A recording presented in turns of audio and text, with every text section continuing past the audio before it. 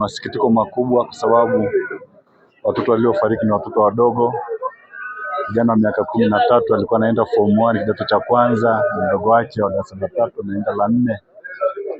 Walikuwa wanapelekwa tu kwenda kwa ajili ya kuogelea. Sasa kwa bahati mbaya habari niliyopata ni kwamba aliweza kufariki. Kwa hiyo nilitoka safari bado sijafika nyumbani, nikaona nijumuike na wananchi hawa kwa pole kwa msiba mzito sana uliojitokeza, na niwape pole sana wananchi wa kijiji cha Kemnyak, wazazi wa marehemu, ndugu jamaa na marafiki kwa msiba huu mzito. Nitakaloweza kusema tu ni kuomba Mungu aweze kuwapa moyo wa uvumilivu na ustahimilivu katika kipindi hiki cha majonzi. Mheshimiwa Mbunge, maeneo ya kuogelea kawaida kuna watu ambao wanaangalia watoto, maana watoto sio familia. Kwa hiyo ningeshauri tu kwamba wamiliki wa maeneo kama haya wawepo na watu ambao wana taaluma hiyo na kuweza kuangalia kwamba watoto wanaogelea vizuri. Ikitokea tatizo kama lile, mtoto kuzama, anaweza akaokolewa akiwa hai. Kwa hiyo ni muhimu maeneo kama yale yafuatiliwe na watu wawepo ambao wanaweza kuweza kusaidia watoto. Sina la kusema kwa sababu ndio nimeingia. Nadhani kuna vyombo vinafanya kazi kufuatilia matatizo yanayotokeaje na kupata sasa.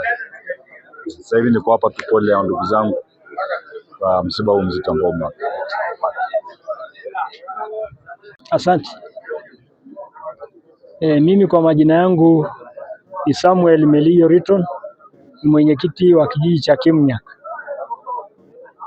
Nafikiri jana mida ya saa 9 nilipata habari ambayo ni ya masikitiko makubwa kuhusiana na watoto familia ya Joakim Meng'oru, ambao kwa taarifa niliyopata kwamba walisafiri na mama akafika pale sehemu inaitwa Kiltach. Sasa kwa masikitiko makubwa kwamba tukapata kwamba wale watoto walikwenda kuogelea pale, lakini sasa ikawa bahati mbaya watoto wawili ambao ni wa kiume, watoto wa kiume wawili, mmoja ana miaka 13, mwingine ana miaka 9.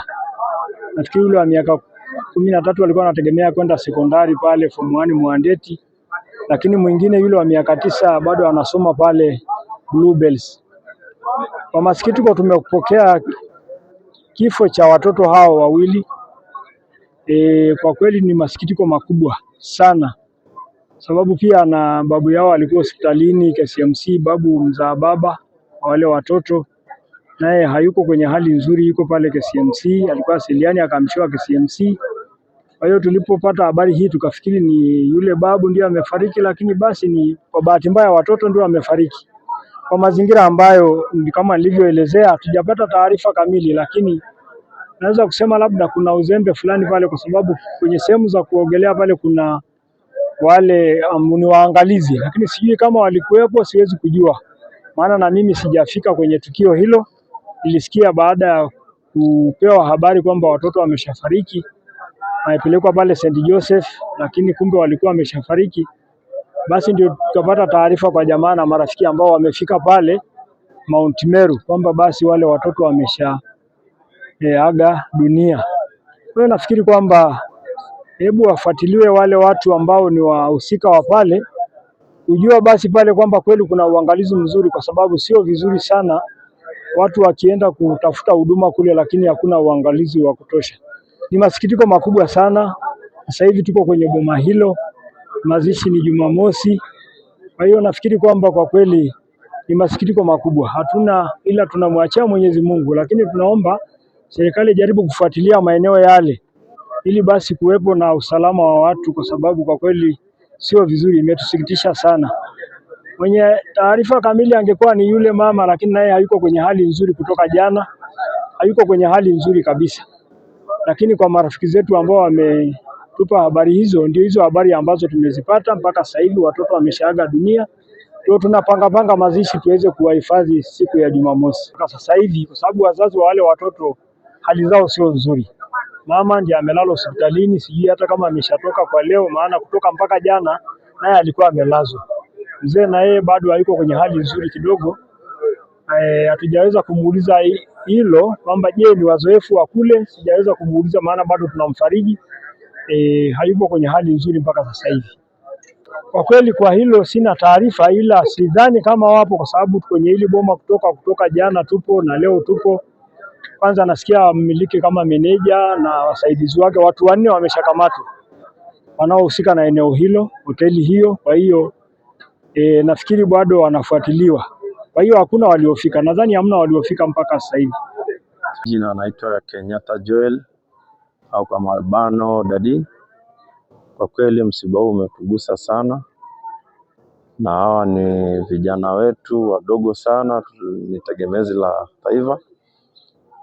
Kwa kweli imetuuma sana, imetugusa sana.